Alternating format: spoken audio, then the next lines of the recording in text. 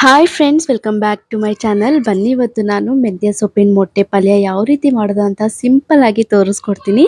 ಅದಕ್ಕೂ ಮುಂಚೆ ಇನ್ನೂ ಯಾರು ನನ್ನ ಚಾನಲ್ನ ಸಬ್ಸ್ಕ್ರೈಬ್ ಮಾಡಿಲ್ಲ, ಪ್ಲೀಸ್ ನನ್ನ ಚಾನಲ್ನ ಸಬ್ಸ್ಕ್ರೈಬ್ ಮಾಡಿ, ಹಾಗೆ ನಿಮ್ಮ ಫ್ರೆಂಡ್ಸ್ ಆ್ಯಂಡ್ ಫ್ಯಾಮಿಲಿಗೂ ಶೇರ್ ಮಾಡಿ ಸಪೋರ್ಟ್ ಮಾಡಿ ಅಂತ ಕೇಳ್ತಾ ಇದ್ದೀನಿ. ಬನ್ನಿ, ಮಾಡೋದಕ್ಕೆ ಏನೇನು ಇಂಗ್ರೀಡಿಯೆಂಟ್ಸ್ ಬೇಕು, ಯಾವ ರೀತಿ ಮಾಡೋದು ಅಂತ ನಾನು ನಿಮಗೆ ತಿಳಿಸ್ಕೊಡ್ತಾ ಇದ್ದೀನಿ. ಈಗ ನಾನು ಒಂದು ಕಟ್ಟಷ್ಟು ಮೆಂತ್ಯ ಸೊಪ್ಪನ್ನ ಬಿಡಿಸ್ಕೊಂಡು ಕ್ಲೀನಾಗಿ ವಾಶ್ ಮಾಡಿಕೊಂಡು ನೀರನ್ನ ಫುಲ್ ಹಿಂಡ್ಕೊಂಡು ತೊಗೊಂಡಿದ್ದೀನಿ.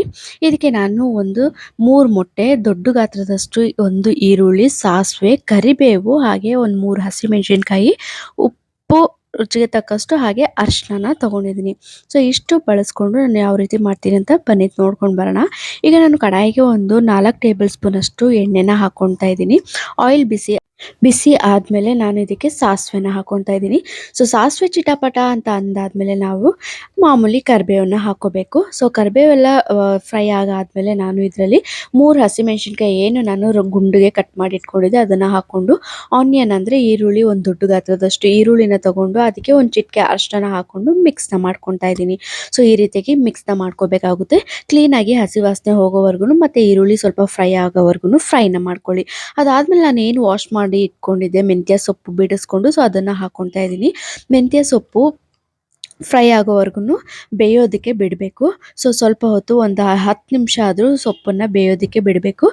ಒಂದು 5ರಿಂದ ಒಂದು 8 ನಿಮಿಷ ಅಂತ ಅಂದ್ಕೊಳ್ಳಿ. ಸೊ ಫುಲ್ ಕ್ಲೀನಾಗಿ ಸೊಪ್ಪೆಲ್ಲ ನೀರು ಬಿಟ್ಕೊಂಡು ಡ್ರೈ ಆಗಬೇಕು, ಅಲ್ಲಿವರೆಗೂ ನೀವು ಸೊಪ್ಪನ್ನ ಫ್ರೈ ಮಾಡ್ಕೋಬೇಕಾಗುತ್ತೆ. ಸೊ ಮೆಂತ್ಯ ಸೊಪ್ಪು ಇಲ್ಲಾಂದರೆ ದಂಟಿನ ಸೊಪ್ಪಲ್ಲೂ ಕೂಡ ನೀವು ಈ ರೆಸಿಪಿನ ಮಾಡ್ಬೋದು ಅಂತಲೇ ಹೇಳ್ಬೋದು. ತುಂಬಾ ಟೇಸ್ಟಿಯಾಗಿರುತ್ತೆ, ಚಪಾತಿಗಂತೂ ಸಖತ್ತಾಗಿರುತ್ತೆ ಅಂತಲೇ ಹೇಳ್ಬೋದು. ಚಪಾತಿಗೆ ಮತ್ತು ಜೋಳದ ರೊಟ್ಟಿಗೆ ಇದಕ್ಕೆಲ್ಲ ಇದು ಸೂಪರ್ ಕಾಂಬಿನೇಷನ್. ಸೊ ಈಗ ಸೊಪ್ಪು ನಾನು ಫ್ರೈ ಮಾಡ್ಕೊಂಡಿದ್ದೀನಿ. ಅದಾದ್ಮೇಲೆ ನಾನು ರುಚಿಗೆ ತಕ್ಕಷ್ಟು ಉಪ್ಪನ್ನ ಸೇರಿಸ್ಕೊಂಡು ಇನ್ನು ಫ್ರೈನ ಮಾಡ್ಕೊತಾ ಇದ್ದೀನಿ. ಇನ್ನು ಸೊಪ್ಪು ಕ್ಲೀನಾಗಿ ಫ್ರೈ ಆಗಿಬಿಟ್ಟು ಸೊಪ್ಪು ಫುಲ್ ನೀರೆಲ್ಲ ಬಿಡುತ್ತಲ್ವ, ಸೊ ನೀರು ಬಿಟ್ಟು ಆದಮೇಲೆ ಡ್ರೈ ಆಗಬೇಕು. ಆ ಸೊಪ್ಪು ನೀರೆಲ್ಲ ಏನು ಬಿಟ್ಕೊಂಡಿದೆ ಅದು ಮತ್ತೆ ಫುಲ್ ಹಿಂಗೆ ಹೋಗಬೇಕು, ಅಲ್ಲಿವರೆಗೂ ಸೊಪ್ಪನ್ನ ಫ್ರೈನ ಮಾಡ್ಕೋಬೇಕಾಗುತ್ತೆ. ಈಗ ನಾನು ಲಿಡ್ನ ಕ್ಲೋಸ್ ಮಾಡಿಬಿಟ್ಟು ಒಂದು 5 ನಿಮಿಷ ಬೇಯಿಸ್ಕೊತಾ ಇದ್ದೀನಿ. ಸೊ ಇವಾಗ ನೋಡ್ತಾ ಇದ್ದೀರಲ್ವ, ನೀರೆಲ್ಲ ಬಿಟ್ಕೊಂಡಿದೆ.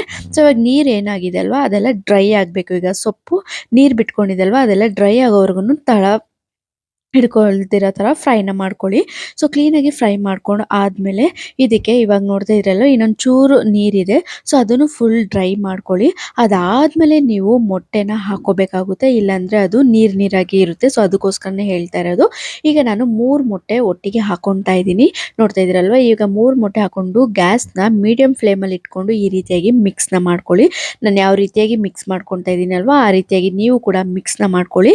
ಸೊ ತುಂಬಾ ಅದ್ಭುತವಾಗಿರುತ್ತೆ ಅಂತಲೇ ಹೇಳ್ಬೋದು. ಸೊ ಸೂಪರ್ ಆಗಿರುತ್ತೆ, ಟೇಸ್ಟ್ ಮಾತ್ರ ಅಲ್ಟಿಮೇಟ್ ಆಗಿರುತ್ತೆ ಅಂತಲೇ ಹೇಳ್ಬೋದು. ನೀವು ಕೂಡ ಟ್ರೈ ಮಾಡಿ. ಸೊ ನಿಮ್ಮ ಫ್ರೆಂಡ್ಸ್ ಫ್ಯಾಮಿಲಿಗೆಲ್ಲ ನೀವು ಈ ರೆಸಿಪಿನ ಶೇರ್ ಮಾಡಿ, ಹಾಗೆ ನಿಮ್ಮ ಅನಿಸಿಕೆ ನನಗೆ ಕಮೆಂಟ್ ಸೆಕ್ಷನಲ್ಲಿ ಕಮೆಂಟ್ ಹಾಕೋದನ್ನು ಕೂಡ ಮರಿಬೇಡಿ ಅಂತ ಹೇಳ್ತಾ ಇದ್ದೀನಿ. ಈಗ ನೋಡಿ ಆಗಿದೆ, ಈಗ ಫುಲ್ ಡ್ರೈ ಆಗಿದೆ. ಈಗ ನಾನು ಸರ್ವಿಂಗ್ ಬೌಲ್ಗೆ ಸರ್ವ್ ಮಾಡಿಕೊಂಡು ನೋಡ್ತಾ ಇದ್ದೀರಲ್ವ ಎಷ್ಟು ಅದ್ಭುತವಾಗಿ ಮೆಂತ್ಯ ಸೊಪ್ಪಿನ ಮೊಟ್ಟೆ ಪಲ್ಯ ಕಾಣಿಸ್ತಾ ಇದೆ ಅಂತ ಹೇಳ್ಬಿಟ್ಟು.